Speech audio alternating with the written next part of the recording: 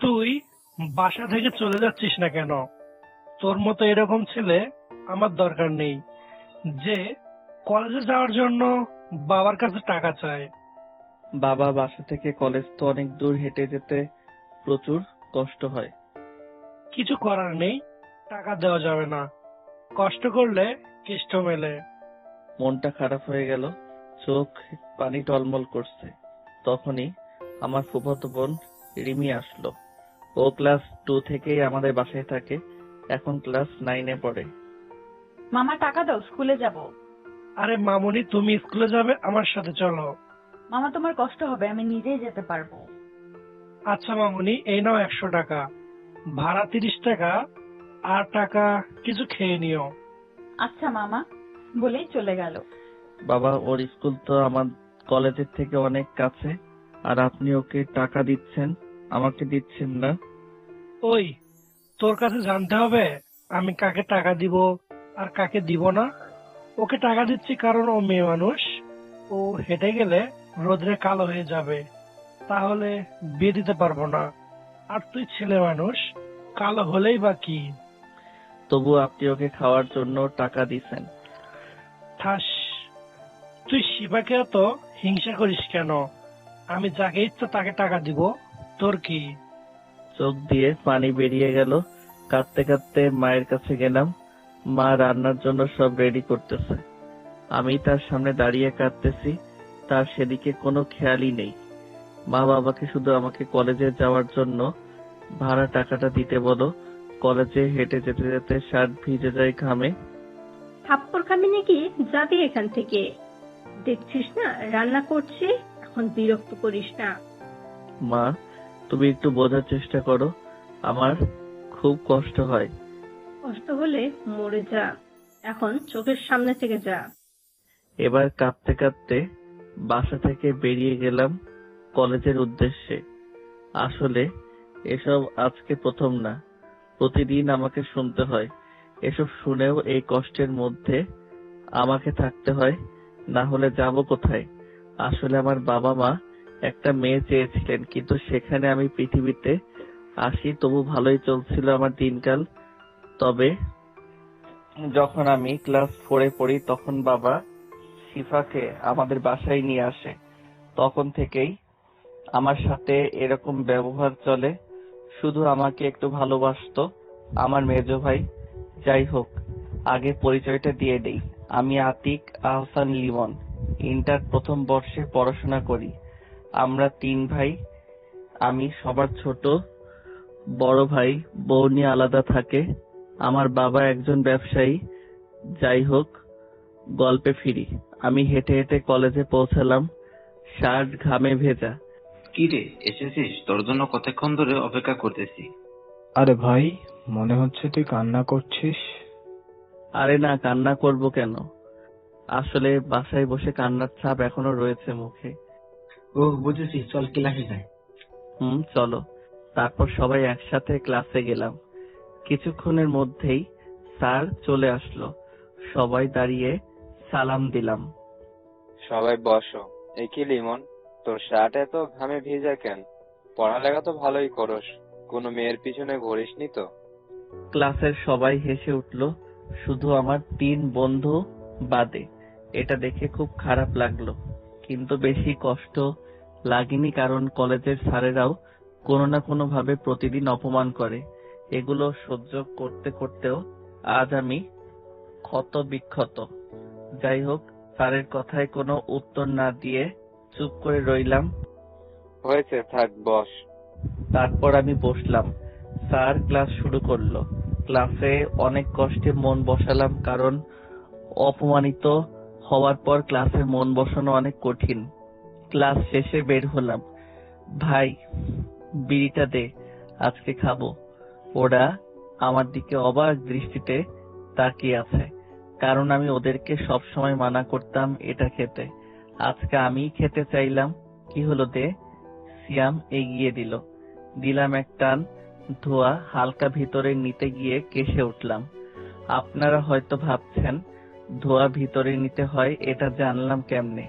আমি আগে না খেলেও এটা নিয়ে আলোচনা করেছিলাম একদিন। এটা খাই কিভাবে? গল্পে আসি। সিগারেট টানতে থাকলাম আর চোখ দিয়ে অনবরত পানি পড়ছে। সিয়াম নিয়ে গেল সিগারেটটা জোর করে। ভাই তুই কান্না করছিস কেন? ভাই কি করব বলো, বাসায় অবহেলা, বাইরে অপমান, কলেজে অপমান, এই নিয়ে কেমনে থাকবো বলো? মানে বাসা অবহেলা মানে কি বলছিস ভাই? শুনবি? তাহলে শোন। প্রতিদিন বাসা থেকে একদিনও টাকা দেয় না, এমনকি আমার পড়ালেখার খরচও দিতে চায় না। কি একেবারেই দেয় না? দিতে চায় না কি একেবারেই দেয় না। এখন লাস্ট 9 বসে আমার প্রাইভেটের টাকা দিছিল, তারপর আর দেয়নি। আমি নিজে টিউশনি করে এইভাবে পড়তে পারতেছি। আমাকে আমার পরিবার চোখেই দেখতে পারে না। আমার মেজো ভাইটা আমাকে ভালোবাসতো, সেও এখন ভার্সিটিতে পড়ে, দূরে থাকে। এটা বলে সামনে তাকিয়ে দেখি ওদের চোখে পানি। কিন্তু তারা এরকম করে কেন? শুনবি আমার কি দোষ? আমার দোষ হলো আমি মেয়ে হইনি। আমার বাবা মা আমার জায়গাতে মেয়ে চেয়েছিল, তা হয়নি।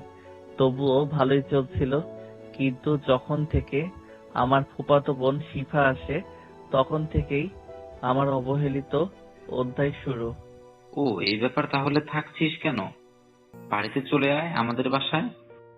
না থাক, তারা আমাকে যত কষ্টই দিক আমি তাদের সাথেই থাকবো। ও ভাই সাবধানে থাকিস। আচ্ছা বাসায় যাই, না হলে আবার এই নিয়েও আমাকে মারতে পারে। ওকে যা তাইলে।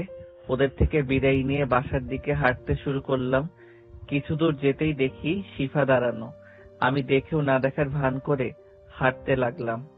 শিফা এসে আমার সামনে দাঁড়ালো। তুমি আমাকে দেখেও না দেখার ভান করে চলে যাচ্ছ কেন? দেখ বোন, আমার বাসায় যেতে হবে তাড়াতাড়ি, দেরি হলে মারতে পারে আমাকে। যাবো তো। বাসায় আমার সাথে যাবে, দুজনে একসাথে যাব। একসাথে যাব মানে? বলেই একটা রিক্সা দাঁড় করালো। শিফা রিক্সায় উঠে গেল। রিক্সায় ওঠো। না থাক, লাগবে না, আমি হেঁটেই যেতে পারবো। উঠতে বলছি উঠো, না হলে যে আজকে সিগারেট খেয়েছো সেটা বাসায় বলে দিব। তখন বাধ্য হয়ে রিক্সায় উঠলাম। ভাবতে থাকলাম এই মেয়ে জানলো কি করে। কি হলো, তুমি ভাবতেছো আমি জানলাম কি করে তুমি সিগারেট খেয়েছো? মাথা নাড়িয়ে হ্যাঁ বললাম। আমি তোমাকে নিতে আসছিলাম, এসে দেখি তুমি সিগারেট খাইতেছো বন্ধুদের সাথে, তাই দূরে হেঁটে এখানে এসে দাঁড়ালাম তোমার জন্য। আচ্ছা তুই আমাকে নিতে এসেছিস কেন? আমার ইচ্ছে হয়েছে তাই। এখন চলো। আমি আর কোনো কথা বললাম না। কিছুক্ষণ পর বাসার সামনে চলে আসলাম। আমি নামলাম, শিফাও নামলো উপর থেকে। দেখি মা তাকিয়ে আছে। আমরা ভিতরে গেলাম। ভিতরে যাওয়ার পরে ঠাস ঠাস করে 2টা থাপ্পড় মারলো আমাকে। বাবা পাশে তাকিয়ে দেখি মা দাঁড়িয়ে। আমাকে মারলেন কেন? মারবো না তো কি করব? তুই শিবার সাথে রিক্সা আসলি কেন? তুই হেঁটে হেঁটে আসবি। এতক্ষণে বুঝতে পারলাম মা এসে বাবাকে বলে দিয়েছে। মামা, লিমন ভাই আসতে চায়নি, তাকে আমি জোর করে নিয়ে এসেছি। ওই তুই চুপ থাক মা, আমি জানি কে কিরকম। লিমন, তোকে যেন আর ওর সাথে রিক্সায় আসতে না দেখি। শিপা ভয়ে চুপ হয়ে গেল। আমি আর কি বলবো, চোখ দিয়ে পানি আর বেরোচ্ছে না। কোনো কিছু না বলে রুমের দিকে হাঁটা ধরলাম। ওই দাঁড়া। আমি দাঁড়িয়ে পিছনে তাকালাম। যাচ্ছেন কোথায় আপনি? ঘরের কাজগুলো কে করবে? কাজগুলো না করলে খাবার জুটবে না আপনার। কে আর করবে? আমিই করব। আপনারা ভাবছেন? হাসি মুখে বললাম। কেন? কারণ ঘরের চাকরের কাজগুলো সব আমারই করা লাগে। আর যে করেই হোক পেট তো বাঁচাতে হবে। যাই হোক, কাজ করে বুঝলাম ঘরে মাংস রান্না করা হয়েছে, খাবারটা ভালোই হবে। খাবার খেতে খাবারের কাছে গেলাম। দেখি আমার জন্য খাবার বেড়ে রেখেছে। উপর থেকে থালাটা উঠিয়ে দেখি আমার জন্য শুধু ডাল দিয়ে ভাত রাখা। দেখে খুব খারাপ লাগলো। তবুও আম্মুকে ডাকতে লাগলাম, আম্মু আম্মু আম্মু। কি হয়েছে? এত চিৎকার করছিস কেন? আমার জন্য শুধু ডাল দিয়ে ভাত রেখেছো কেন? আজকে তো মাংস রান্না হয়েছিল। তোকে যা দিচ্ছি তাই দিয়ে খা, এর বেশি তোর কপালে নেই। আর কিছু বললাম না, চোখ দিয়ে পানি বের হলো। মা চলে গেল। ক্ষুধা লাগছিল অনেক, কিন্তু খেলাম না। রুমে চলে গেলাম। রুমে গিয়ে হালকা শুতে গিয়ে শরীর ক্লান্ত থাকায় ঘুমিয়ে গেলাম। হঠাৎ অনুভব করলাম কে যেন আমাকে মারছে। আমি চোখ খুলে দেখি মা লাঠি দিয়ে মারতেছে। কিরে নবাবজাদা, আপনার ঘুম হয়েছে? জানেন না আপনার বিকেলে কত কাজ আছে? মা আর মেরো না, খুব ব্যথা পাচ্ছি। তুই তাড়াতাড়ি উঠে বাসন পত্র ধুয়ে দে। মায়ের মার থেকে বাঁচতে চলে গেলাম বাসন মাজতে। তারপর সব বাসন নিয়ে মাজতে থাকলাম। তখন শিফা আসলো। দাও, এগুলো আমি করতেছি, তুমি দেখো এদিকে কেউ আসে কিনা। না থাক, আমি পারবো, তোকে করতে হবে না। তুই আর আমাকে মার খাওয়াইস না, তোর জন্য সকালে মার খেলাম। শিফা আর কিছু বলল না, ও মনে হয় কষ্ট পেয়েছে, তাই মন খারাপ করে চলে গেল। তারপর আমি সব কাজ করে ওই খাবার খেয়ে টিউশনি করাতে চলে গেলাম। তারপর তাদের পড়িয়ে বাসায় চলে আসার জন্য হাঁটা শুরু করলাম। হাঁটতে হাঁটতে ভাবতে লাগলাম কবে পাবো এই অবহেলিত জীবন থেকে মুক্তি। হাঁটতে হাঁটতে বাসায় চলে আসলাম। বাসায় এসে হালকা কিছু কাজ করলাম, তারপর পড়তে বসলাম। কিছুক্ষণ পড়ালেখা করে খেতে গেলাম। দেখি সবাই খাইতেছে। অবশ্য এতে আমার কোনো দুঃখ নেই, কারণ তারা প্রতিদিনই আমাকে রেখেই খায়। দেখি পাশে আমার প্লেট বেড়ে রেখেছে। আমি চেয়ারে বসে প্লেট উঠালাম। দেখি এখনো ডাল দিয়ে ভাত রেখে দিয়েছে আমার জন্য। পাশে তাকিয়ে তাদের প্লেটে দেখি মাংস। হালকা মন খারাপ হলেও খেয়ে নিলাম। তারপর রুমে চলে গেলাম, পড়তে বসলাম। বাট গরমের জন্য পড়তে পারতেছি না ঠিক মতো। প্রতি রুমে ফ্যান থাকলেও আমার রুমে নেই। টি শার্ট খুলে পড়তে বসলাম। কিছুক্ষণ পড়ালেখা করলাম, ঘামে শরীর ভিজে গিয়েছে। তারপর দিলাম ঘুম। সকালবেলা ঘুম থেকে উঠে দেখি 8টা বেজে গেল। কেউ আমাকে মেরে ঘুম ভাঙায়নি। আমার ভাবতেই অবাক লাগতেছে। প্রতিদিন তো 7টার সময় আমি ঘুম থেকে না উঠলে আমাকে মারতে মারতে শরীর ব্যথা করে দেয়। প্রতিদিন কাঁদতে কাঁদতে আমার দিন শুরু হয়, তবে আজকে আমায় কাঁদতে হলো না। যাই হোক, বিছানা থেকে উঠে ফ্রেশ হয়ে রুম থেকে বের হলাম। বের হয়ে তো আমি আরো অবাক, কারণ মা রান্না করতেছে। তাহলে বাজার করলো কে? প্রতিদিন তো আমাকেই বাজারে যেতে হয়। মা আমার দিকে তাকালো। মা আমাকে দেখেই আমার কাছে এসে আমাকে জড়িয়ে ধরলো। বাবা, আমাকে ক্ষমা করে দে। আমি তোর উপর অনেক অত্যাচার করে ফেলেছি। শুধু আমার মেয়ে হয়নি বলে তোকে অনেক অবহেলা করেছি, তোকে অনেক কষ্ট দিয়ে ফেলেছি বাবা। তুই অনেক কষ্ট পেয়েছিস, তাই না? বলেই কেঁদে দিলাম। আমি একটা ঘোরের ভিতরে আছি। আজকে হলোটা কি? মা এমন ব্যবহার কেন করতেছে? আমি কি বড় কোনো ভুল করে ফেলেছি যার জন্য মা পয়লা মেয়ে ভালো ব্যবহার করতেছে, কিন্তু পরে আমাকে মারবে? আম্মু, তুমি প্লিজ আমাকে বলো আমি কি ভুল করেছি বলো। তবুও তুমি আমাকে মারার জন্য এভাবে কথা বলিও না, আমাকে দরকার হলে মারো। আরে না বাবা, তুই ভয় পাচ্ছিস কেন? আমি তোকে আর কখনো মারবো না, খুব আদর করবো খুব। শুধু তুই আমাকে তোর সাথে এতদিন করা ব্যবহারের জন্য, তোকে কষ্ট দেওয়ার জন্য, তোর চোখের পানি ঝরানোর জন্য আমায় ক্ষমা করে দে। না মা, তোমার ক্ষমা চাইতে হবে না, শুধু তুমি আমাকে একটু আদর ভালোবাসা দিও, তাতেই হবে। বাবা, সত্যি আমি তোকে বুঝতে পারিনি। তুই আমার রত্ন বলেই জড়িয়ে ধরলো আমাকে। মা, তুমিও খুব ভালো। আরে বাবা, তুই কাঁদছিস কেন? আচ্ছা বাবা, যা তুই রুমে গিয়ে পড়ালেখা কর। যা, আমি রান্না হলে তোকে ডাক দিব। আমি আজকে তোকে নিজের হাতে খাইয়ে দিব। আচ্ছা মা, বলেই রুমের দিকে হাঁটা শুরু করলাম। রুমে গিয়ে পড়ার টেবিলে বসে ভাবতে লাগলাম কেন মা আমার সাথে এত ভালো ব্যবহার করছে। তখনই রুমে শিফা প্রবেশ করলো। কি ভাবছো? তুমি নিশ্চয়ই ভাবছো মামি তোমার সাথে ভালো ব্যবহার কেন করতেছে। তা ভাবতেছি।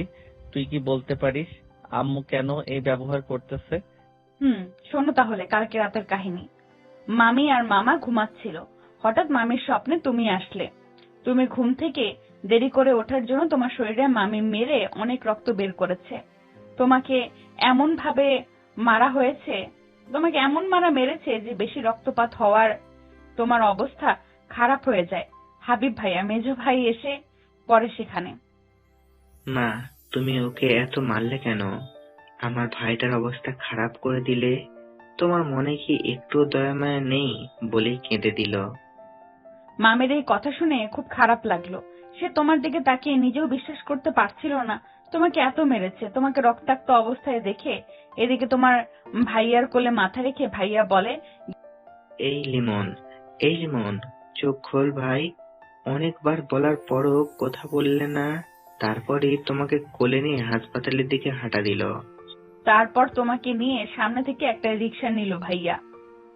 এই হাবিব, বাসার গাড়ি নিয়ে তাড়াতাড়ি চল বাবা। না থাক, তোমার বাসার কিছু আমার ভাইয়ের লাগবে না, তুমি থাকো বলেই রিক্সা নিয়ে হাসপাতালের দিকে গেল। মামি কথাটা শুনে খুব কষ্ট পেল। নিজের ভেতরে ভেতরে খুব অনুতপ্ত হলো। সে ভাবছে সে কি সত্যি এতটা নিষ্ঠুর যে নিজের সন্তানকে মেরে রক্তাক্ত করেছে? তার সন্তানের এত আর্তনাদ তার কানে যায়নি? তার তোমার জন্য খুব মায়া লাগতে লাগলো। সে তাড়াতাড়ি গাড়ি নিয়ে ভাইয়ার রিক্সার পেছনে পেছনে যেতে লাগলো। ভাইয়া হসপিটালে পৌঁছে গেল, মামিও পৌঁছে গেল। ডাক্তার তোমাকে রুমের ভেতরে ঢুকালো, ভাইয়ার সাথে গেল, কিন্তু মামি যেতে চাইলো, ভাইয়া তাকে ঢুকতে দিল না। তখনই মামি চিৎকার করে ঘুম ভেঙে গেল। ওই, আমাকে আমার ছেলের সাথে যেতে দে, আমি আমার ছেলেকে দেখব। আমার অনেক বড় ভুল হয়ে গেছে বলে কান্না করে দিলাম।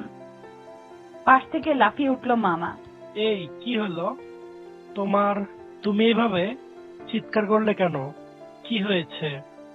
আমরা ছেলেটার উপর বেশি অত্যাচার করে ফেলেছি, ওকে আর কষ্ট দেওয়া যাবে না।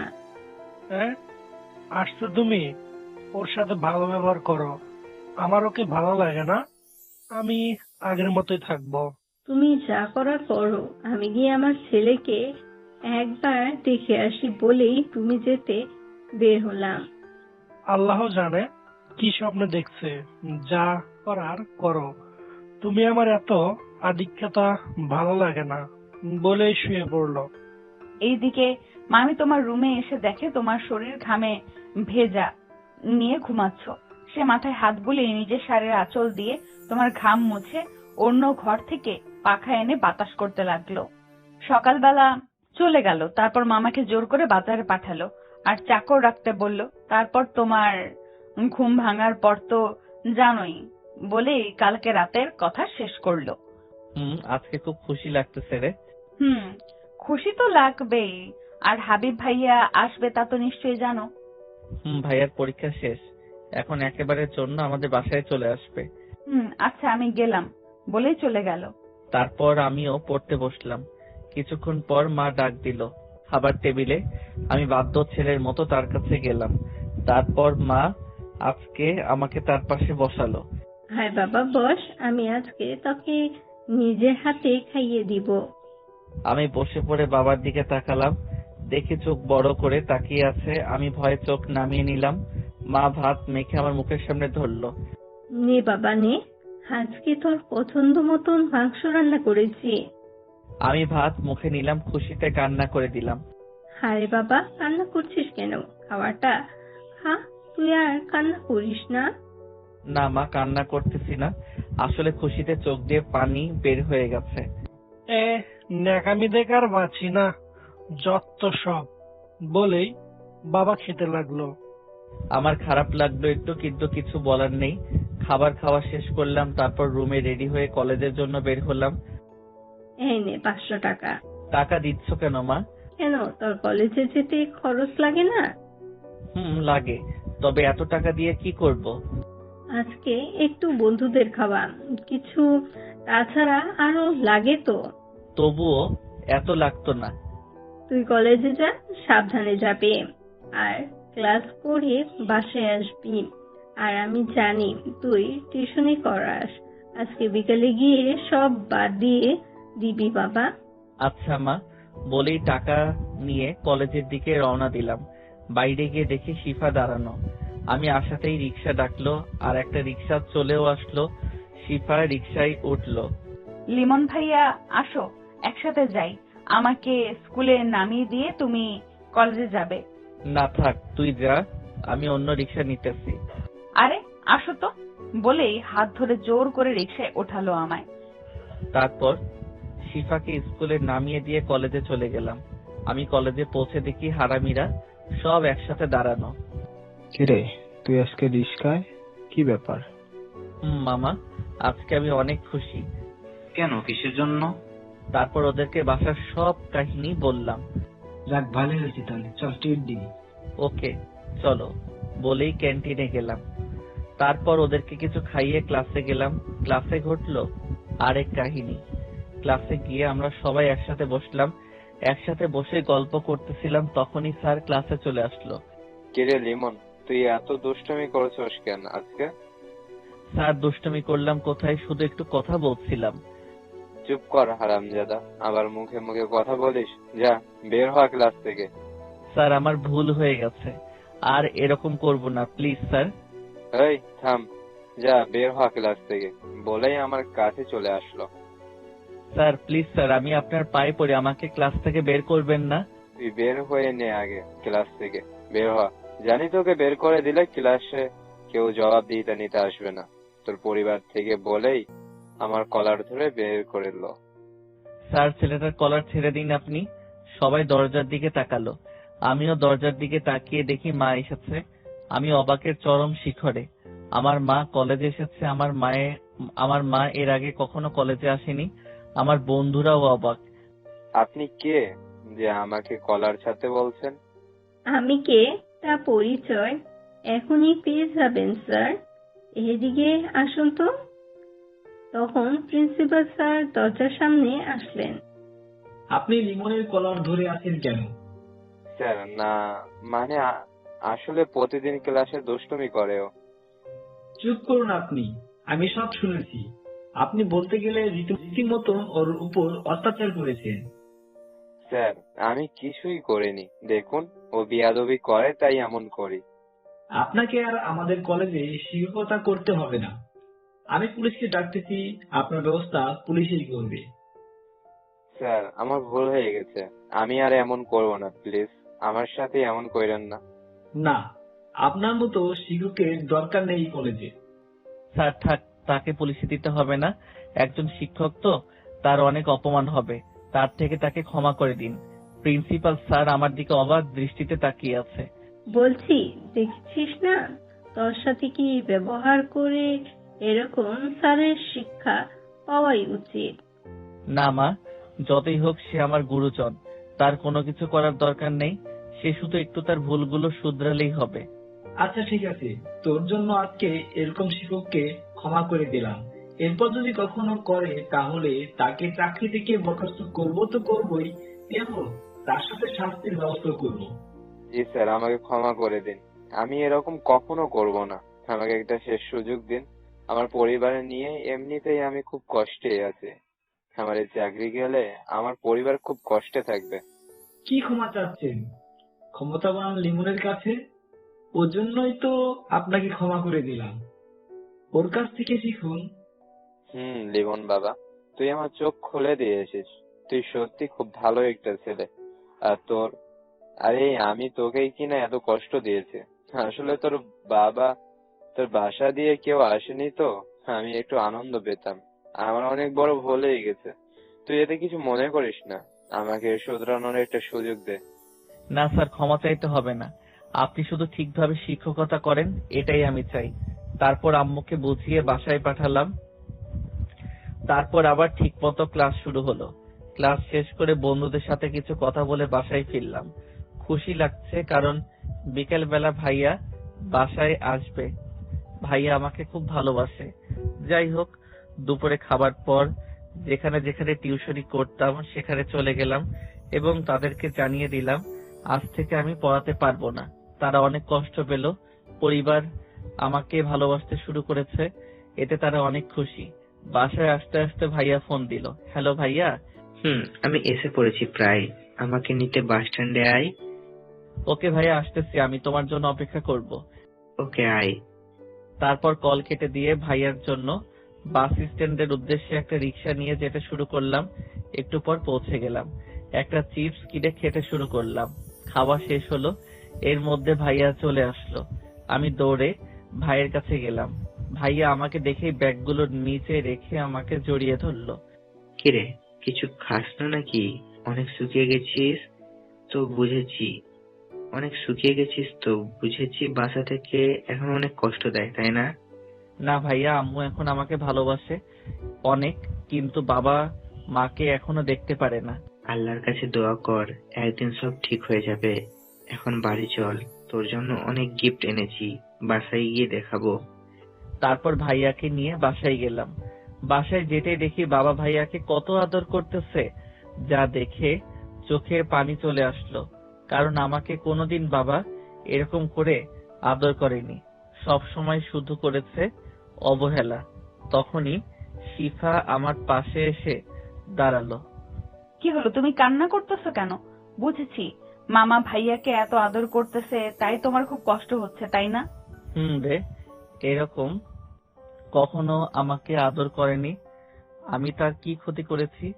সে কখনো আমাকে চোখেই দেখতে পারে না। থাক, কষ্ট পেও না, একদিন সব ঠিক করে দিবে। তারপর ভাইয়া রুমে চলে গেল, আমাকে বলে গেল, লিমন তুই রুমে আসিস তো একটু পর ফ্রেশ হয়ে। আমিও তার কথা মতো আমার রুমে চলে গেলাম। রুমে গিয়ে তো আমি অবাকের চরম শিখরে, কারণ আমার রুমটা খুব ভালোভাবে গোছানো এবং আমার রুমে ফ্যান লাগানো, এরকম হবে আমি সত্যিই ভাবিনি। যাই হোক, আমি ফ্রেশ হয়ে ভাইয়ার রুমে গেলাম। ভাইয়া আসবো? আরে তুই এসে গেছিস, আয় আয়। তোর আমার রুমে আসতে অনুমতি লাগে নাকি? আর কখনো আমার রুমে আসতে হলে অনুমতি নিবি না, ঠিক আছে?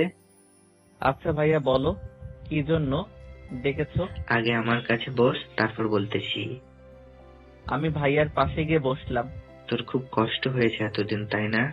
না ভাইয়া, আমি এখন খুব ভালো মতোই আছি। তা তো তোর শরীর দেখেই বোঝা যায়। আমি চুপ করে রইলাম এবং চোখ দিয়ে পানি বের হয়ে গেল ভাইয়ার ভালোবাসা দেখে। আরে আরে, কাঁদছিস কেন? আমার কিন্তু ভালো লাগে না। এই, আমি তোর জন্য কি এনেছি? আমি তার দিকে তাকালাম, দেখি ভাইয়া অনেক জামা প্যান্ট এনেছে আমার জন্য এবং একটা ঘড়ি ও একটা সানগ্লাসও দিল। এগুলো তোর পছন্দ হয়েছে তো? আমি মাথা নাড়িয়ে হ্যাঁ বললাম। আচ্ছা, আচ্ছা, আরো কিছু লাগলে বলবি। তুই আমার কলিজা, যা চাইবি তাই দেওয়ার চেষ্টা করব। আচ্ছা ভাইয়া, তুমি না খুব ভালো, বলেই ভাইয়াকে জড়িয়ে ধরে কান্না করে দিলাম। আরে বোকা, কাঁদছিস কেন? তোকে তো আর একটা গিফট দেইনি এখনো। আমি ভাইয়ার দিকে জিজ্ঞাসা দৃষ্টিতে তাকালাম। ভাইয়া ব্যাগ থেকে একটা বাক্স বের করলো। এটা কি ভাইয়া? তোর জন্য একটা স্মার্টফোন। আমার ভাই কলেজে উঠবে, তার স্মার্টফোন চালাবে না, তা কি করে হয়? আমার তো ফোন দেখে খুশিতে লাফাতে ইচ্ছা করলো। লাভ যেই দিতে যাব, ভাইয়ার দিকে তাকিয়ে আবার থেমে গেলাম। হয়েছে, নাচতে হবে না, যা রুমে গিয়ে ফোন চার্জ দে। আর জামা কাপড়গুলো ঠিকঠাক আছে কিনা? আমিও ভাইয়ার কথা মতো সব করলাম।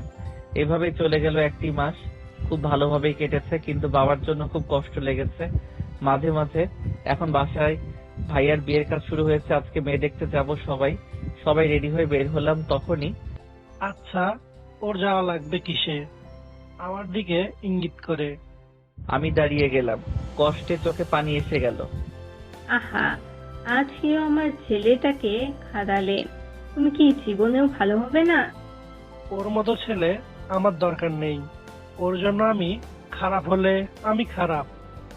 আচ্ছা ঠিক আছে, তোমরা যাও, আমি বাসায় থাকবো বলেই বাসার দিকে হাঁটা ধরলাম। ওই দাঁড়া, আমার জন্য মেয়ে দেখতে যাচ্ছে, আর তুই যাবি না? তাহলে তো আমিই যাব না, বলেই আমার কাছে এসে আমার হাত ধরে নিয়ে গাড়িতে উঠালো। আমি আর কোনো কথা বলতে পারলাম না, গাড়ি ছেড়ে দিল।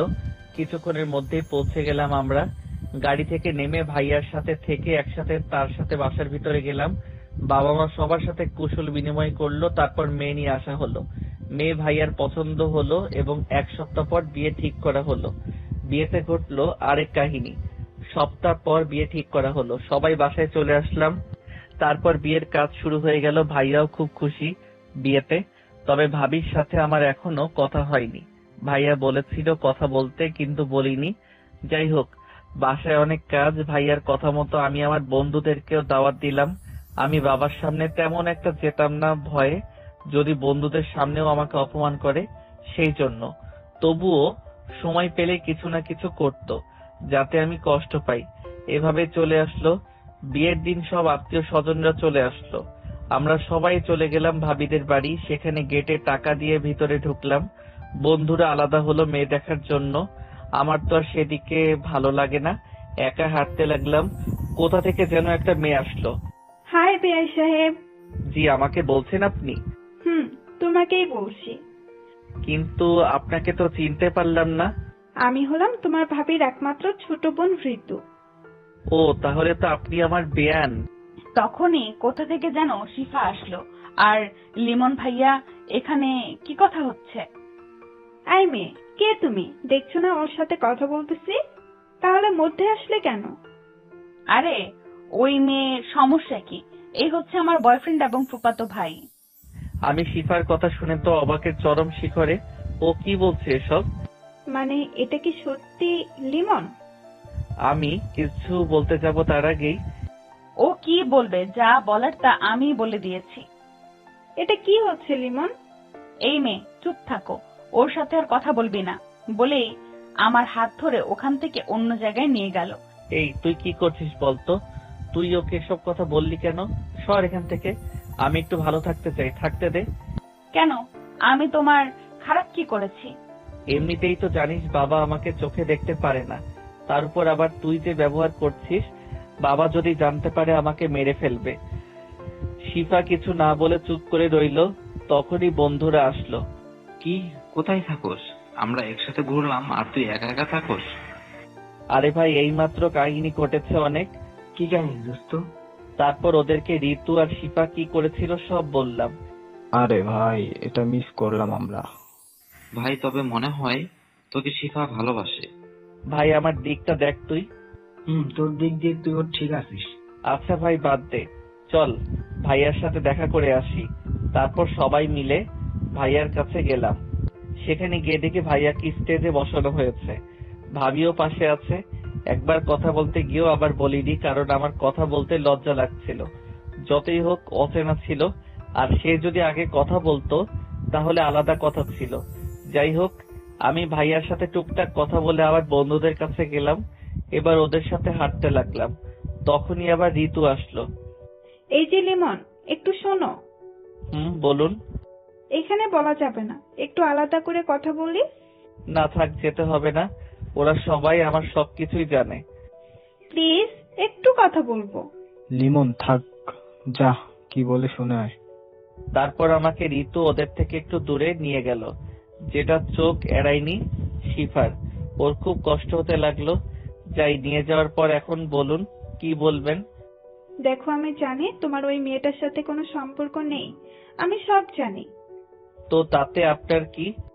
আমার কি তা হলো? আমি তোমাকে ভালোবাসি। আমি তোমাকে হারাতে চাই না।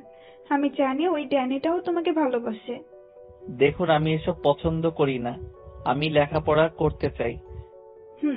এটা ভালো, কিন্তু তোমাকে খুব ভালোবাসে বলেই জড়িয়ে ধরতে চাইলো। এটা দেখে তো শিফা প্রায় কান্না করে দিল।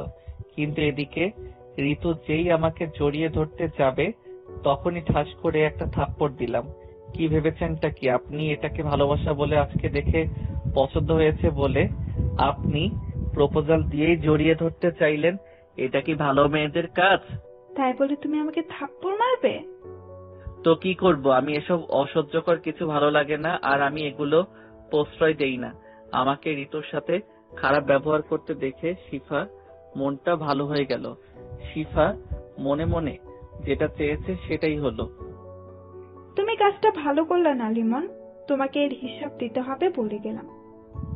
আমি চলে গেলাম বন্ধুদের কাছে। কি রে, কি হলো ওখানে? আরে ভাই, তারপর ঋতুর ওখানে যা যা ঘটেছে তা বললাম। আরে ভাই, ঋতু মেয়েটা এখন যদি তোর সাথে কিছু করে? কি করবে? আমি তো আর ওকে বাজে কিছু করিনি, দোষটা ওর ছিল। তাও ঠিক। তারপর খাওয়ার জন্য ডাক দিল সবাইকে। আমরা খেতে চলে গেলাম। ভাইয়াকেও খেতে বসানো হলো আলাদাভাবে। সবাই খেতে লাগলো। আর অন্যদিকে ঋতু কান্না করতে করতে চলে গেল তার বোনের কাছে, মানে আমার ভাবির কাছে। সবকিছু ওর আপুকে খুলে বলল। আরে বোকা, কাঁদছিস কেন? আমি ওকে এর শাস্তি দিব। আগে ওদের বাসায় গিয়ে নিই। তারপর ঋতু আচ্ছা বলে চলে গেল ওখান থেকে। তারপর ভাবি ভাবতে থাকলো কিভাবে আমাকে উচিত শিক্ষা দিতে হবে। যাই হোক, গল্পে আসি, খাওয়া দাওয়া করে বিয়ে পড়িয়ে বাসার দিকে রওনা হলাম। একটা দিক খেয়াল করলাম, ঋতুও আমাদের বাসায় যাচ্ছে। ও যাচ্ছে যাক, আমার কি। আমি আমার বন্ধুদের নিয়ে একটা গাড়িতে উঠে দুষ্টুমি করতে করতে বাসার দিকে গাড়ি যেতে থাকলো। কিছুক্ষণের মধ্যেই গাড়ি বাসার সামনে এসে পড়লো। সবাই গাড়ি থেকে নেমে রেডি হলো ভিতরে যাওয়ার জন্য। মা দরজার সামনে দাঁড়িয়ে ভাইয়া ও ভাবিকে বরণ করলো। তারপর সবাই বাড়ির ভিতরে প্রবেশ করলাম। হালকা ক্লান্ত লাগছিল, তাই বন্ধুদেরকে নিয়ে রুমে গেলাম। সবাই ফ্রেশ হলাম। বাড়িতে সবাই আনন্দ করতেছে, আর অন্যদিকে ঋতু মন খারাপ করে ওর বোনের কাছে বসে আছে। তাই আর ওর বোন মানে আমার ভাবি চুপ থাকতে পারলো না। তখন সে তার বোনকে একটা বুদ্ধি বলে দিল আমার ক্ষতি করার জন্য। ঋতু এতে খুশি হলো, আমার কিছু একটা ক্ষতি করতে পারবে, ওর থাপ্পড়ের প্রতিশোধ নিতে পারবে। এদিকে আমরা ফ্রেশ হয়ে বের হলাম। তারপর সবাই মিলে বাইরে বসে আলাদা আড্ডা দিতে লাগলাম। তখনই ঋতু আসলো আমাদের কাছে। আমি একবার তাকিয়েও না দেখার ভান করে থাকলাম। লিমন, শোনো, একটু কথা বলার ছিল। বলুন, আপনি কি বলবেন? আর দুপুরে থাপ্পড় মারার জন্য সরি। আপনি যেটা করেছেন ওটা ভালো মেয়েদের কাজ না। আমিও আমার ভুল বুঝতে পেরেছি, তাই তো একটু কথা বলতে এসেছি। একটু আলাদা কথা বলি। তারপর ওর সাথে একটু আলাদা হলাম। এবার শিফা খেয়াল করেনি আমরা আলাদা কথা বলতেছি। তবে ঋতু তখন ফোন বের করে কাকে যেন কি মেসেজ লিখলো। বলুন এখন। দেখো, আমি যা করেছি সবকিছু না জেনে বুঝে করেছি। আমি আমার ভুল বুঝতে পেরেছি। ওকে, সমস্যা নেই, এখন থেকে এগুলো খেয়াল রাখবেন। তখনই বাড়িতে একটু চিল্লাচিল্লি শুরু হলো। সবাই সেখানে গেলাম। দেখি ভাবি বলতেছে সে তার একটা গয়না খুলে ওয়াশরুমে গিয়েছিল, এখন এসে সেটা পাচ্ছে না। ভাবির এসব কথা শুনে সবাই চলে আসলো সেখানে। কখন হলো এমন? এই মনে করো 10 মিনিট হলো। আমি প্রথমে খুঁজতে থাকলাম, কিছুক্ষণ খোঁজার পর পেলাম না, তখন তোমাদের জানালাম। কি বলছো আপু? আমি 10 মিনিট আগে তোমার ঘর থেকে লিমনকে বের হতে দেখলাম। আমি তো এই কথা শুনে একটা শক খেলাম। কি বলছেন আপনি? আমি তো এতক্ষণ আপনার সাথে কথা বলছিলাম। আপু, তুমি ওর কথা বিশ্বাস কইরো না। তুমি ওকে চেক করে দেখো, বা ওর ঘর চেক করো। কি বলছেন এসব আপনি? আমি এই ঘরে আসলামই বা কখন, আর চেক করারই বা কথা আমাকে নিয়ে উঠছে কেন? তুই চুপ কর, তুই আমার কাছে আয়। আমি খুব ভয় পেয়ে বাবার কাছে গেলাম। আমি আমার পকেট চেক করতে লাগলাম। হঠাৎ দেখলাম বাবা আমার পকেট থেকে একটা চেইন বের করলেন। আমি তো অবাক, এই চেইন আমার পকেটে আসলো কি করে? বাবাও আমার দিকে খুব রাগি চোখে তাকালো। তারপর আমাকে ছেড়ে সেখান থেকে চলে গেল।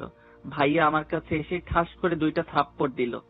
তোকে কি আমি কখনো কম কিছু দিয়েছি যে চুরি করতে হবে? ভাইয়া বিশ্বাস কর, আমি এটা চুরি করিনি। এটা কিভাবে আমার পকেটে আসলো আমি কিছুই জানি না। তাহলে চেইনটা কি ওর পকেটে হাওয়ায় ভেসে গেল নাকি?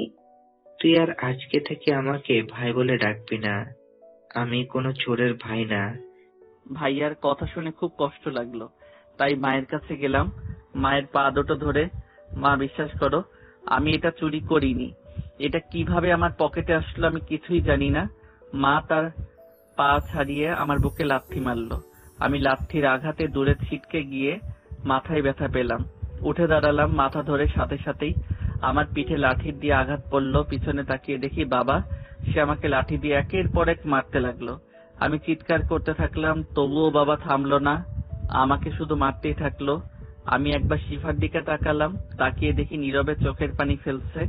মারতে মারতে দেখলাম বন্ধুরা আমার বাবাকে আটকানোর চেষ্টা করছে, কিন্তু সে থামছেই না। আমার মায়ের কাছে অনেক আকুতি মিনতি করেছে আমার জন্য, আর ভাইয়া নিথর পাথর হয়ে গেছে। তুই আমার মান সম্মান সব নষ্ট করে দিলি, তোকে আজকে মেরেই ফেলবো। বলতে বলতে আরো জোরে জোরে মারতে থাকলো। এক সময় আমি অজ্ঞান হয়ে গেলাম ব্যথায়। তখনই ক্যামেরাম্যান দৌড়ে ছুটে আসলো। আরে আপনারা ওকে মারছেন কেন? ও তো চুরি করেনি। এটা আমি বাসায় চলে গিয়েছিলাম, তাই হঠাৎ কেউ বলল বিয়ে বাড়িতে ঝামেলা হয়েছে। এসে শুনি ছেলেটাকে চুরির অপরাধে মারতেছেন। ও চুরি করেনি, আপনি বুঝলেন কি করে? আরে এই ছেলেটা এই মেয়েটা এর সাথে হাঁটছিল। আমি ভাবলাম একটা ছবি তুলে, তখন দেখি এই মেয়েটা ওর পকেটে চেনটি দিয়ে দিল। বিশ্বাস না করলে এই দেখেন, ফটো আছে। ঋতু তো এই কথা শুনে ভয়ে শেষ। ও ওখান থেকে চলে যেতে লাগলো। শিফা তখনই গিয়ে ওর হাত ধরলো। কোথায় পালাচ্ছিস তুই? আরে দুর্জয়, এসব দেখা বাদ দে, আগে লিমনকে হাসপাতালে নিয়ে চল। তাই করি, আমরা চল। তারপর ওরা আমাকে কোলে নিয়ে বাইরের দিকে হাঁটা শুরু করলো। আপনাদের যেতে হবে না, ওর তো আপনাদের কেউ হয় না। তারপর ওরা একটা রিক্সা নিল। আমার পরিবারের সবাই খুব কষ্ট পাইছে, বাবাও খুব অনুতপ্ত, আর মা তো কান্না করতে করতে শেষ। তারপর ওরা আমাকে রিক্সায় নিল। হাসপাতালের দিকে যাওয়ার জন্য আমার পরিবারও ওদের পিছু নিল। আমাদের হাসপাতালে যেতে পথে একটা উঁচু ব্রিজ আছে। আমার ব্রিজের কাছে এসে জ্ঞান ফিরল। আমি গাড়ি থামাতে বললাম, ওরা রিক্সাওয়ালাকে থামতে বলল। আমি গাড়ি থেকে নেমে দৌড়ে ব্রিজের উপর উঠে ঝাঁপ দিলাম। আমার বন্ধুরা আমার পিছু দৌড়িয়েও আমাকে আটকাতে পারল না। তারপরই ব্রিজের কাছে এসেই আমার জ্ঞান ফিরল। শরীরের সব জায়গায় ব্যথা করতেছে। এই রিক্সা থামা। আরে ভাই, এখন রিক্সা থামাবো কেন? হাসপাতালে যেতে হবে। একটু থামা ভাই, প্লিজ। এই রিক্সা থামান, ওর মনে হয় কষ্ট হচ্ছে। এরপর রিক্সাওয়ালা কাকা রিক্সা থামালো। আমি ওদের থেকে ছাড়িয়ে রিক্সা থেকে নামলাম। ওই দাঁড়া, আমরাও যাবো। ওই তোরা রিক্সা থামিয়েছিস কেন? আরে একটু থামেন, ও যেন আমাদের কি বলবে। শোন ভাই, আমি যদি এখন বেঁচেও থাকি, আমার গায়ের উপর চোর নামক সিলটা থাকবে, যা আমাকে প্রতিনিয়ত অনেক কষ্ট দিবে। তোরা আমাকে অনেক ভালোবাসিস, আমি জানি। তোরা আমার জন্য অনেক কষ্ট করেছিস, আর করা লাগবে না। বলেই দিলাম দৌড়। ওরাও আমার পিছনে পিছনে দৌড় দিল, সাথে ভাইয়াও দৌড় দিল। কিন্তু ওরা আমাকে ধরার আগে ব্রিজ থেকে দিলাম ঝাঁপ। আমি অনেক উপর থেকে পানির উপর পড়তেছি, হাসি মুখে একসময় পড়েই গেলাম পানিতে। তারপর আমার কাহিনী আবার পরে হবে। যাই হোক, আমি পড়ে যাবার সাথে সাথে আমার বন্ধুরা ঝাঁপ দিতে চাইলো, কিন্তু রিক্সাওয়ালা কাকা ওদের থামালো। এখান থেকে ঝাঁপ দিও না বাবা, এখান থেকে ঝাঁপ দিলে বেঁচে থাকার সম্ভাবনা খুবই কম। চলো আমরা নিচে থেকে ওরে খুঁজি। তারপর ওরা রিক্সাওয়ালা কাকার সাথে ব্রিজের নিচ দিয়ে নেমে আমায় খুঁজতে থাকলো। ভাইয়া ওদের সাথে গেল, কিন্তু কি আর হলো, আমাকে তো আর খুঁজে পেল না। ওরা অনেকক্ষণ খুঁজলো, কিন্তু ওরা শুধু এক জায়গায় একটু রক্ত পেল। নদীতে প্রচুর স্রোত ছিল। ওরা উপরে উঠে এলো, কিন্তু ভাইয়া খুঁজতে লাগলো কান্না করতে করতে। তারপর রিক্সাওয়ালা কাকা জোর করে ভাইয়াকে উঠালো। কাকা, আমাকে আমার ভাইটাকে স্রোতে কোথায় নিয়ে গেল ধরতে পারলাম না। আমার ভাইটার এখন অবস্থা খুব খারাপ। আমার পরিবারের সবাই আমি যেখানে এসে ঝাঁপ দিছি সেখানে এসে দাঁড়িয়ে কাঁদতেছে। ভাইয়া ও আমার বন্ধুরাও সেখানে আসলো। আমার ছেলেটা আমার কাছে এসেছিল, বলতে ও কিছু করেনি, কিন্তু আমি আমার ছেলেকে লাথি মেরে সরিয়ে দিয়েছিলাম বলে ব্রিজের উপরের একটা পিলারের সাথে মাথায় বাড়ি দিয়ে কান্না করতে করতে অজ্ঞান হয়ে গেলাম। শিফা তো সেই কখন থেকে কান্না করতেছে। ভাবি আর ঋতু ভয়ে চুপ করে আছে। বাবা সে পাথর হয়ে গেছে। তখনই ভাবি ওখানে আসলো। ভাবি ভয়ে চুপ হয়ে গেল। ভাবি ওর কথা শুনে স্থির হয়ে গেল। হাবিব, চল জোয়ার কোন দিকে, এদিকে যাই, লিমনকে পেতে পারি। চলেন, আমিও যাব। তোর ওর কেমন বন্ধু, তোরা ওকে আটকাতে পারলি না? আমার তো মনে হয় তোরাই ওকে এমন বুদ্ধি দিয়েছিস। চুপ কর তুই। তোর বোনের জন্য আজ আমাদের এই অবস্থা। আমার ভাইটাকে হারালাম, তোকে আমি কালকেই ডিভোর্স দিব। তার চোখ দিয়ে পানি বের হয়ে গেল। আমি তোমার পায়ে পড়ি, তুমি এমনটা করো না। দয়া করে, আমার বোন ছোট মানুষ, একটা ভুল করে ফেলেছে ভাবি। এখন আমাকে দোষ দিচ্ছ? আসল দোষটা তো তোমারই। তুমি তো আমায় এমন করতে বলেছ।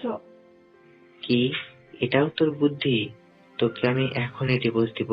তোর জন্য আজকে আমার কলেজার টুকরা ভাই আমার কাছে নেই। শুনুন, এখানে আমাদের কথা আছে। শুনুন ভাবি, আপনি আমাদের উপর যে দোষটা দিচ্ছেন, আমরাই ওকে মারার জন্য বলেছি। আপনি একটু এটা রিক্সাওয়ালা কাকার কাছে জিজ্ঞেস করেন তো আমরা কি করেছি। আর আজকে লিমনের এই অবস্থার জন্য দায়ী আপনি। আপনি কি জানেন ও এই 8 বছর ধরে শুধু হাবিব ভাইয়া ছাড়া সবার কাছে অবহেলিত হয়েছে। এমনকি আন্টি ওকে অনেক কষ্ট দিয়েছে, যা কোনো মা নিজের সন্তানের সাথে এমন করে না।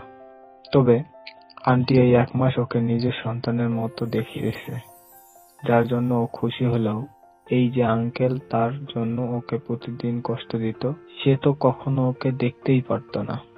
এখন তো তার ভালো হইছে, আর তার চোখের কাঁটা সামনে থাকবে না। দেখেন ভাবি, আপনি কাজটা কি করেছেন। একটা অবহেলিত ছেলে আনন্দ পেতে শুরু করলো, আর আপনার জন্য আজ সেই আছে নাকি নেই তাও বলা যাচ্ছে না। সে যে কত বড় ভুল করেছে তা এখন টের পেল, আর ঋতু তো ভয়েই শেষ। আপনাকে আর কি বলবো, আর এর জন্য বলতে পারেন বেয়াদবি করতেছি আপনার, এর জন্য আমাকে মারতেও পারেন। তবু আজ আমি এই কথা বলবোই, যিনি ওর জন্মদাতা পিতা, সে লিমনের সাথে যা ব্যবহার করেছে ওর জায়গায় আমি হলে এর জন্য আমি তার সাথে খারাপ ব্যবহার করে বাসা থেকে চলে যেতাম। কিন্তু লিমন শত কষ্ট করেও থেকেছে আপনাদের মাঝে, যা কেউই করবে না। আর আজকের দিনে যা দেখালেন পরিবারের সবাই, একটা বাইরের মেয়ের কথায় বিশ্বাস করে তা তো অতুলনীয়। এই থাক, বাদ দে, একটা নিষ্ঠুরতম পরিবারের সাথে কি কথা বলছিস? আরে এরকম বাবাদের তো কোনো সম্মানই দেওয়া উচিত না। চল আমরা লিমনকে খুঁজতে যাই বলেই ওরা আমাকে খোঁজার জন্য হাঁটতে চললো নদীর পাড়ে পাড়ে। আমি আমার ছেলেটার উপর অনেক অত্যাচার করেছি, যা ও সব মুখ বুজে সহ্য করে নিয়েছে। প্রতিদিন আমার কাছে এসে টাকা চাইতো, আমি দিতাম না। ও তাতে কান্না করত, কিন্তু ওর চোখের পানির দিকে আমি তাকাইনি। আমি কত নিষ্ঠুর। মা যে এর মাঝে অজ্ঞান হয়ে পড়ে আছে তা কেউই খেয়াল করেনি। হঠাৎ ভাইয়ার চোখ পড়ল সেদিকে। তারপর তাড়াতাড়ি করে মাকে হাসপাতালে নিয়ে গেল। সেখানে ভাবি, শিফা আর ঋতুকে রেখে ভাইয়া আর আব্বু আমাকে খুঁজতে লাগলো, কিন্তু শেষ পর্যন্ত আমায় কেউ খুঁজে পেল না। হতাশ হয়ে হাসপাতালে আসলো। মায়ের জ্ঞান ফিরল।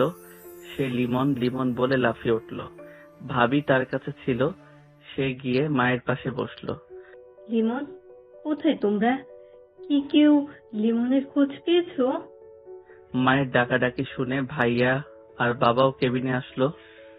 কি হলো, কেউ কিছু বলছো না কেন? সবাই মাথা নিচু করে আছে, কেউ কিছু বলতে পারছে না। শোনো, তুমি সুস্থ হও, লিমনের জন্য আমরা খোঁজ করতেছি, আমরা সব রকম চেষ্টা চালাচ্ছি। আপনি চুপ করুন, আমি আপনার সাথে কথা বলতে চাই না। আজ আপনার জন্য আমার ছেলেটা আমার কাছে নেই। কেউ তার আপন ছেলেকে এমন মারতে পারে? বাবা চুপ হয়ে গেল। মাকে রিলিজ দেওয়া হলো হাসপাতাল থেকে এবং তাকে বাড়ি নিয়ে যাওয়া হলো ভাবির বাড়ি থেকে। লোকজন এসে বাবার আর ভাইয়ার কাছে ক্ষমা চেয়েছে। তারপর বাবার কথায় ভাবিকে ডিভোর্স দিল না ভাইয়া, কিন্তু ভাবির সাথে কথা বলে না ভাইয়া। আর মা আর ভাইয়া দুজনেই বাবার সাথে কথা বলে না। শিফার তো কাঁদতে কাঁদতে অবস্থা খারাপ। ওর ভালোবাসার মানুষ আজ নেই। আমাদের বাসায় এখন আর আনন্দ নেই, সবসময় বাসা থমথমে হয়ে থাকে। এদিকে আমার যখন জ্ঞান ফিরল, চোখ মেলে তাকিয়ে দেখি আমি বেডে শোয়া অবস্থায় আছি। মুখে অক্সিজেন মাস্ক লাগানো, শ্বাস নিতে কষ্ট হচ্ছে, কোনো কথা বলতে পারছি না। অনেক কষ্টে হাত নাড়লাম, বুঝতে পারলাম হাতে স্যালাইন লাগানো। স্যার স্যার, রোগীর জ্ঞান ফিরেছে, তাড়াতাড়ি আসুন। নার্সের কথা শুনে ডাক্তার এবং তার সাথে একজন লোক আসলো। ও মাই গড, ও সত্যি জ্ঞান ফিরেছে। ওকে কার যেন মেরে উঁচু ব্রিজ থেকে ফেলে দিয়েছিল, যার জন্য ওর হাত দুর্বল হয়ে গিয়েছিল। তার জন্য হাত পাল্টালাম। তারপরে ওর ওপর আবার আস্থা ছিল না ও বাঁচবে, কিন্তু আল্লাহর অশেষ রহমতে ও বেঁচে গেল। আচ্ছা ডক্টর, ওর সাথে কি কথা বলা যাবে? না, কোনো মতেই না। ওর সাথে 2 মাসের আগে কোনো কথা বলা যাবে না, সিম্পল কথা ছাড়া। ওকে ডক্টর, তবে ওর চিকিৎসায় যেন কোনো ত্রুটি না হয়। আপনি নিশ্চিন্তে থাকুন, আমরাও যথেষ্ট খেয়াল রাখবো। আচ্ছা বলেই ভদ্রলোক আমার মাথায় হাত বোলালো। আচ্ছা, ওর শরীরের অবস্থা খুব খারাপ। নার্স, ওকে ঘুমের ইঞ্জেকশন দিয়ে দাও। তারপর নার্স আমাকে ঘুমের ইনজেকশন দিল। আমার চোখ দুটি আস্তে আস্তে বন্ধ হয়ে গেল। আমি ঘুমিয়েও পড়লাম। এভাবে করতে করতে চলে গেল 2 মাস। এই 2 মাস প্রতিদিন ভদ্রলোক আমার কাছে এসেছে। আমি তার সাথে কথা বলতে পারিনি। সে যখন বুঝতে পারে আমি কথা বলতে চাই, তখন সে আমাকে চুপ থাকতে বলে আমাকে উত্তেজিত হতে মানা করত।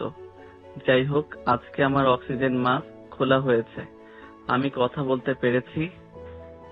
আমি শুধু সেই ভদ্রলোক আঙ্কেলের জন্য অপেক্ষা করেছি, কারণ আমি বুঝতে পেরেছি সে আমার চিকিৎসা করিয়েছে। হঠাৎ করে সে আর ডক্টর একসাথে প্রবেশ করলো। আমি তাদের দিকে তাকালাম। তখনই ডক্টর ও সেই আঙ্কেল প্রবেশ করলো। তোমার কি কথা বলতে কোনো সমস্যা হচ্ছে? জি না। ও, তাহলে তুমি এখন কথা বলতে পারবে, কিন্তু তোমাকে এখনো 4 মাস বিছানায় থাকতে হবে। আমি মাথা নাড়িয়ে হ্যাঁ বললাম।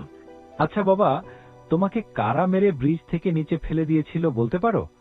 আমি ওই জায়গা থেকে যাওয়ার সময় আমার সিগারেট খেতে মন চেয়েছিল, তাই নদীর পাড়ে শান্তিতে খেতে গিয়েছিলাম। কিন্তু সেখানে গিয়েই দেখি তুমি অজ্ঞান অবস্থায় আছো। হাতে চেক করে দেখি বেঁচে আছো। তারপর তোমাকে এখানে নিয়ে আসলাম। আসলে কি হয়েছে বলো তো? এবার আমি কেঁদে দিলাম। আমার আগের দিনের কথাগুলো মনে পড়তে লাগলো। এ কি বাবা, তুমি কাঁদছো কেন? আমাকে সব খুলে বলো। আঙ্কেল, আমি বাঁচতে চাই না কেন আপনারা আমাকে বাঁচালেন? তোমার কথা শুনে মনে হচ্ছে তুমি খুব কষ্টে আছো। আসলে তোমার সাথে কি হয়েছে আমাকে খুলে বলো তো। বলেই আমার পাশে বসে চোখের পানি মুছে দিল।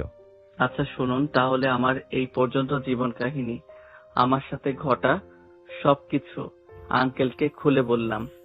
আমি আঙ্কেল ও ডক্টর আঙ্কেলের দিকে তাকিয়ে দেখি দুজনের চোখ দিয়ে পানি পড়ছে।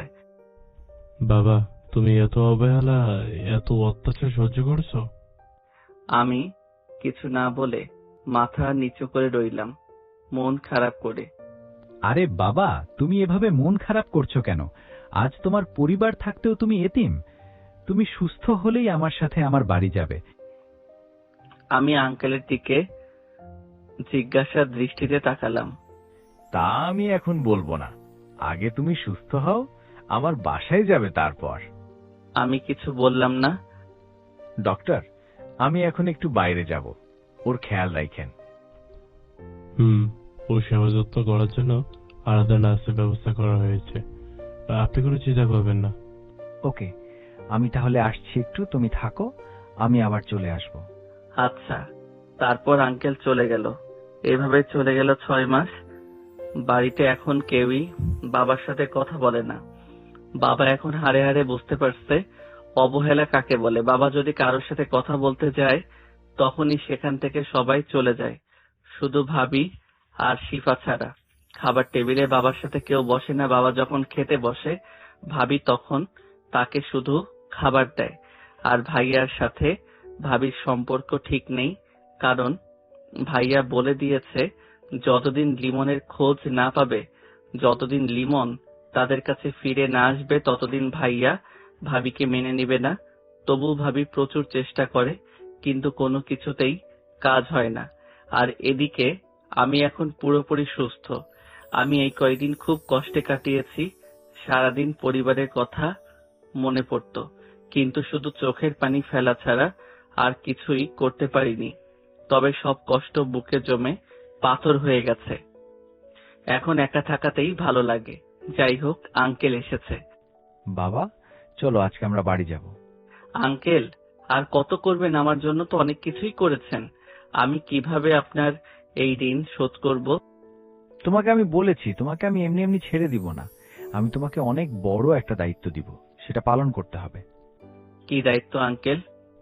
সেটা বাড়ি গিয়ে বলবো, এখন চলো। বলেই হাঁটতে লাগলো। আমিও আঙ্কেলের পিছনে পিছনে হাঁটতে লাগলাম। হাসপাতাল থেকে বের হলাম, দেখি অনেক দামি একটা গাড়ি দাঁড় করানো। এটাই ওঠো। আঙ্কেল, এই গাড়িটা কার? এটা আমারই গাড়ি, তাড়াতাড়ি গাড়িতে ওঠো। আমি আঙ্কেলের কথা মতো গাড়িতে উঠলাম এবং সে উঠলো। তারপর গাড়ি চলতে থাকলো। গাড়িটি এসে অনেক বড় একটা বাড়ির সামনে থামলো। বাড়িটা বাইরে থেকে দেখে আমি অবাক চোখে তাকিয়ে আছি। অনেক বড় একটা বাড়ি এবং বাড়ির ডেকোরেশনটাও অনেক সুন্দর। কি হলো? কি দেখতেছো অবাক চোখে? আসলে এটা কি আপনার বাসা আঙ্কেল? আজ থেকে তুমি এখানেই থাকবা আমার সাথে। কোনো সমস্যা আছে? তুমি যদি চাও তোমার পরিবারের কাছে ফিরে যেতে, সমস্যা নেই, যেতে পারো। দেখুন আঙ্কেল, আমি বাইরে কাজ করে বাঁচবো, তবুও আমি আমার পরিবারের কাছে ফিরে যাব না। আর আপনি নাকি কি দায়িত্ব দিবেন, সেটা পালন করেই আমি বাইরে থাকবো, সমস্যা নেই। তুমি বাইরে থাকো নাকি সেটা পরে দেখা যাবে, আগে বাসার ভিতরে চলো। জি আঙ্কেল। বলেই আঙ্কেলের পিছনে পিছনে যেতে লাগলাম। আমি বাসার ভিতরে গিয়ে তো আরো অবাক, বাইরের থেকেও ভিতরে ডেকোরেশন আরো সুন্দর। শোনো, তুমি আগে গিয়ে ফ্রেশ হও, তারপর কথা হবে। এই রহিম, এদিকে আয়, ওর রুমটা দেখিয়ে দে। জি সাহেব, চলুন। দেখুন রহিম কাকা, আমি আপনার ছেলের মতো, তাই আমাকে সাহেব না বলে নাম ধরে ডাকুন। আচ্ছা বাবা, তোমার মন মানসিকতা অনেক ভালো। তোমার নাম কি? আমার নাম আতিক আহসান লিমন। ও আচ্ছা, আমি তোমাকে লিমন বলেই ডাকবো। চলো বাবা। তারপর রহিম কাকা আমাকে একটা রুমে নিয়ে গেল। রুমটা অনেক সুন্দর করে গোছানো। আজ থেকে এটাই তোমার রুম। ও, রুমটা অনেক সুন্দর কাকা। তুমি আসবে, তাই তো আমি এই রুমটা রেডি করে রেখেছি। ও আচ্ছা কাকা, আপনার গোছানোর হাত অনেক ভালো। আচ্ছা বাবা, তুমি এই বাথরুমে গিয়ে ফ্রেশ হয়ে বিশ্রাম নাও। একটু পর সাহেব তোমাকে নিয়ে খেতে বসবে। আচ্ছা কাকা। তারপর কাকা রুম থেকে চলে গেল। আমি ওয়াশরুমে গিয়ে ফ্রেশ হয়ে বিছানায় বসলাম। তারপর খাটের সাথে বালিশ লাগিয়ে হেলান দিয়ে বসে বসে ভাবতে লাগলাম, আঙ্কেল আমায় কি দায়িত্ব দিবে। কিছুক্ষণ ভাবলাম, কিন্তু কিছুই মেলাতে পারলাম না। তখনই আঙ্কেল রুমে আসলো। আমি উঠে বসলাম। আঙ্কেল, আপনি এখানে? আপনি বললে তো আমি চলে যেতে পারতাম। আরে আমি এসেছি তো কি হয়েছে? তুমি তো আমার ছেলের মতোই। সরি, তুমি এখন থেকে আমার ছেলেই। জি আঙ্কেল। আচ্ছা শোনো, আমার পরিবার বলতে আমি এখানে একাই আছি, মানে এখানে এসে মাঝে মাঝে খবর নিয়ে যাই। আমার পরিবার সিঙ্গাপুর থাকে। আসল কথা হলো, এখানে আমি আসি শুধুই গরিবদের সাহায্য করার জন্য, এতিমখানাগুলো ভালোভাবে চালানোর জন্য। আমার অনেক বয়স হয়েছে, সর্বোচ্চ 3 থেকে 4 বছর এসব দেখাশোনা করতে পারবো। তাই আমি চাই তুমি এই সব কিছুর দায়িত্ব নাও।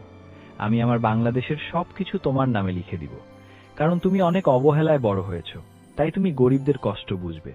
আমার এখানে একটা কোম্পানি আছে, সেটা দিয়ে যে টাকা আসবে তা থেকেই তুমি দান করবা আর নিজের জীবন পরিচালনা করবা।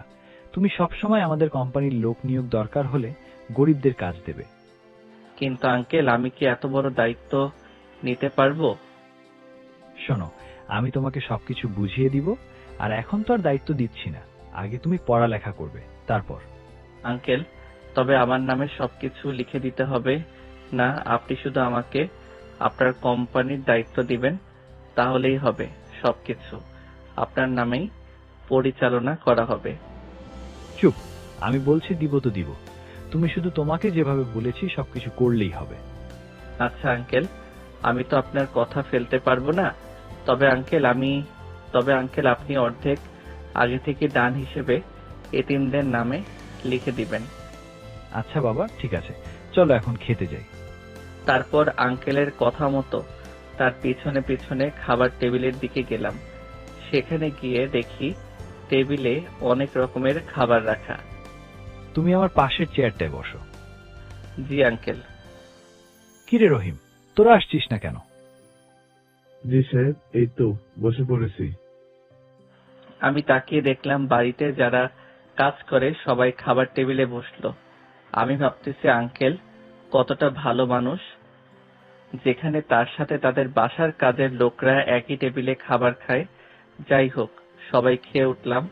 আঙ্কেল আমাকে রুমে গিয়ে বিশ্রাম করতে বলল। আমিও তার কথা মতো চলে গেলাম বিশ্রাম নিতে। আমি রুমে গিয়ে ঘুমিয়ে গেলাম। বিকেলে আঙ্কেলের ডাকে ঘুম ভাঙলো। এ বাবা, ওঠো। জি আঙ্কেল। উঠে বসে ফ্রেশ হয়ে নিচে আসো তাড়াতাড়ি, বলেই নিচে চলে গেল। আমিও তার কথা মতো ফ্রেশ হয়ে নিচে এলাম। কোথাও বের হবেন নাকি আঙ্কেল? চলো আমার সাথে। তারপর আঙ্কেলের সাথে বের হলাম। এখন অন্য একটা গাড়ি নিল, অন্য ব্র্যান্ডের। যাই হোক, গাড়িতে উঠে বসলাম। গাড়ি গিয়ে থামলো একটা শপিং মলের সামনে। এ কি আঙ্কেল, কোনো কিছু কেনাকাটা করবেন নাকি? এখানে আসলেন যে? চলো ভিতরে, তোমার জন্য এসেছি। তারপর ভিতরে গেলাম। আঙ্কেল তার পছন্দ মতো অনেক দামি জামা প্যান্ট ও জুতো কিনে দিল। আমি কিনতে মানা করছিলাম কিন্তু শোনেনি। তারপর আবার একটা দামি ব্র্যান্ডের ঘড়িও, OnePlus-এর একটা ফোন কিনে দিল। কেনাকাটা করেই আবার বাসায় ফিরলাম। সন্ধ্যায় আমি বসেছিলাম রুমে, তখনই আঙ্কেল রুমে আসলো। আচ্ছা, তোমার তো পড়ালেখা করতে হবে। জি আঙ্কেল। আঙ্কেল, আমি আগের কলেজেই পড়তে চাই, কারণ ওখানে আমার বন্ধুরা আছে যারা আমার জন্য অনেক কিছু করেছে। তবে সেটা তো অনেক দূর। আর তাছাড়া তোমার পরিবার যদি তোমাকে দেখে, তাহলে তারা যদি ফিরিয়ে নিতে আসে, তাহলে কি করবে? তাহলে আবার কি? আমি তো এখন থেকে তাদের চিনিই না, আর আমি আর তাদের কাছে ফিরে যাব না। তুমি যদি ফিরেও যাও সমস্যা নেই, তবে আমি তোমাকে যে দায়িত্বটা দিতেছি সেটা সঠিকভাবে পালন করতে হবে। জি, সেটা তো করতেই হবে। গরিবদের কষ্ট আমি বুঝি। গরিব তবু তো না থাকাতে অবহেলিত হয়, সেটা একটু হলেও কষ্ট কম। আর আমি তো থাকা অবস্থায় অবহেলিত হয়েছি। বাবা, আমি বুঝি, মন খারাপ করো না। শোনো, কালকেই তোমাকে ওইখানে নিয়ে গিয়ে আমি নিজেই ভর্তি করিয়ে দিব। আর ওখানে আমার একটা বাড়ি আছে, ওখানেই থাকবা তুমি। আর আমার কোম্পানিটা ওখানে, তাই তোমার অনেক সুবিধা হবে। জি আঙ্কেল। আচ্ছা, তুমি টিভি দেখো, মোবাইল তো চার্জে টিপতে পারবে না, কিছুক্ষণ টিভি থেকে সময় কাটাও। জি আঙ্কেল। তারপর আঙ্কেল চলে গেল। আমি কিছুক্ষণ টিভি দেখলাম। আঙ্কেল খেতে ডাকলো। তারপর আঙ্কেলের সাথে খাবার খেয়ে রুমে আসলাম। তারপর মোবাইলটা চার্জে থেকে নিয়ে কিছুক্ষণ টিপে ঘুমালাম। পরের দিন সকালবেলা খুব ভোরে ঘুম ভাঙলো। আমি ওয়াশরুমে গিয়ে ফ্রেশ হলাম। তারপর একটু হাঁটাহাঁটির জন্য ছাদে গেলাম। কিছুক্ষণ ছাদে বসে গান শুনলাম। Good morning. Good morning uncle. এই নাও চা। আরে আঙ্কেল, আপনি কষ্ট করে ছাদ পর্যন্ত চা নিয়ে আসলেন কেন? আপনার তো অনেক কষ্ট হয়েছে। আমিও খুব সকালে ঘুম থেকে উঠে ছাদে আসি। আজকে এসে দেখি তুমি দাঁড়ানো, তাই ভাবলাম চা নিয়ে আসি। দুজনে চা খেতে খেতে সকালের সূর্য দেখব। ও আচ্ছা আচ্ছা আঙ্কেল, তবু তো আপনার কষ্ট হয়েছে। তারপর আঙ্কেলের সাথে কিছু সময় গল্প করলাম। আরে, আমার তো মনেই নেই আজকে তোমার কলেজে যাব। জি আঙ্কেল, আমারও। আচ্ছা, চলো নিচে গিয়ে তুমি রেডি হয়ে খাবার খেতে আসবা। আচ্ছা আঙ্কেল। চলো বলেই হাঁটা শুরু করলো। আমিও আঙ্কেলের পিছু পিছু নেমে রুমে চলে গেলাম। সেখানে গিয়ে রেডি হয়ে নিচে আসলাম। তারপর খাবার খেলাম। তারপর দুজনে একসাথে বের হলাম গাড়ি নিয়ে। আমার বাসস্থান, মানে আমার যে শহর থাকা হয়েছে এতদিন, সেই শহরের দিকে রওনা দিলাম। কলেজে যাওয়ার জন্য 1 ঘন্টা পর কলেজে পৌঁছে গেলাম।